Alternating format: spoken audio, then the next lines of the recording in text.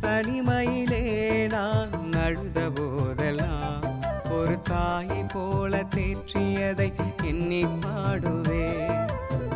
தேவைகளால் நான் திகைத்த போதெல்லாம் ஒரு தகப்பனை போல் தாங்கியதை போற்றி பாடுவே. குறைகளில் எல்லாம் கிருபையை தந்து என்னையும் வெறுக்காமல் நேசித்தீரையா. குறைகளில் எல்லாம்